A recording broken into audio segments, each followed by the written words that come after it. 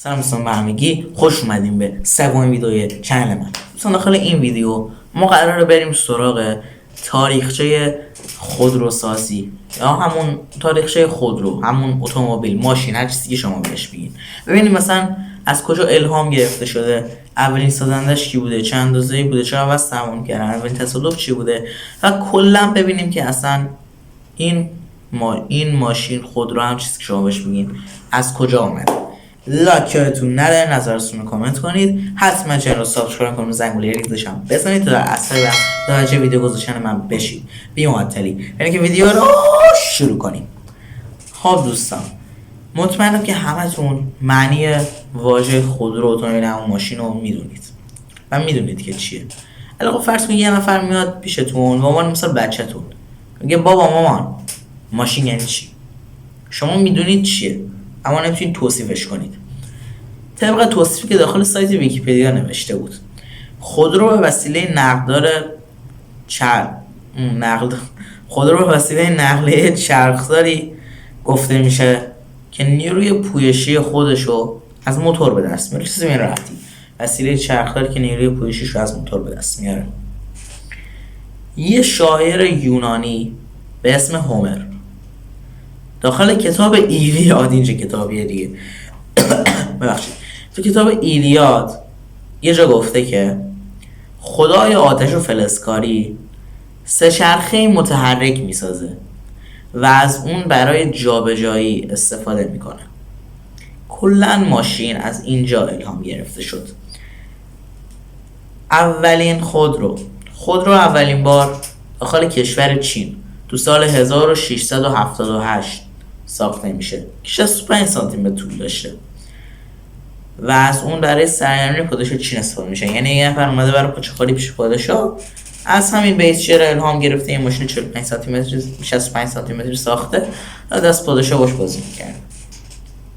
اولین خودروی واقعی تو سال 1767 توسط نیکل ژوزف کان فرانسوی ساخته میشه. نیکل چیه این اسم دیگه؟ ماشینای کان میتونستن 4 تن وزن به همراه 2 تا انسان و با سرعت 8.7 کیلومتر بر ساعت، درست 7.8 کیلومتر بر ساعت برکت در بیارن.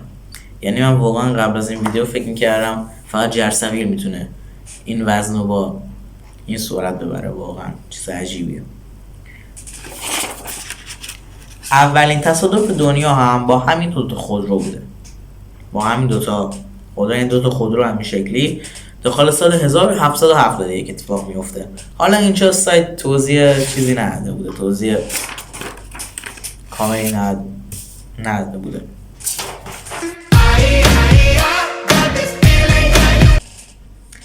اولین موتور آتشی داخل سال 1860 میلادی به وسیله اتیل لونوار، این چیه دیگه؟ اتیل لونوار که معلومه کجایی بوده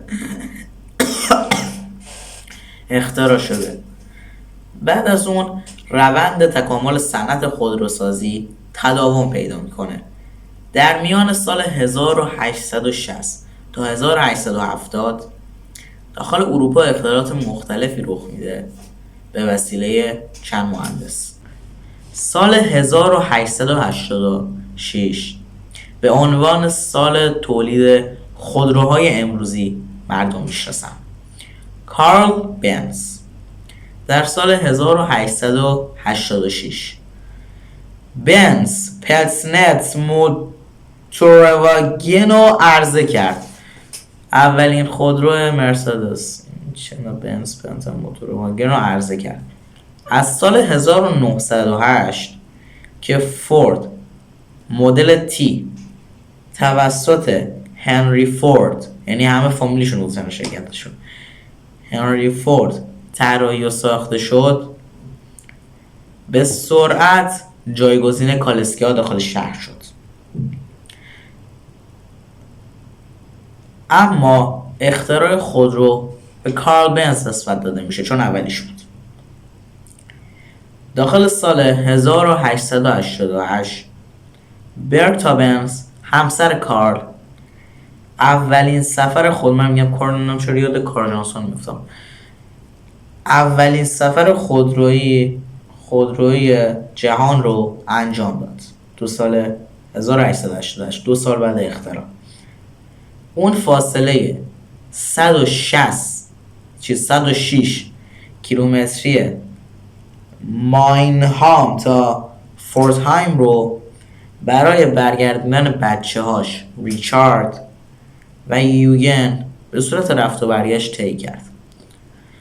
اما هدف اصلیش از این سفر سر زدن به مادرش بود. خب دوستان رسیدیم به پایان این ویدیو. یادتون نره که حتما ویدیو رو لایک کنید، نظرتون هم در موردش کامنت کنید. دوستان اونجایی که من یوتیوبر تازه کارم لطفا ازم حمایت کنید، سابسکرایب کنید چنلمو و اون زنگوله کوچیکم بزنید نوتیفیکیشن آن بشه تا در اسرع وقت متوجه تاثیر مدیونتون بشین. تا ویدیو بعدی، خدا نگهدار.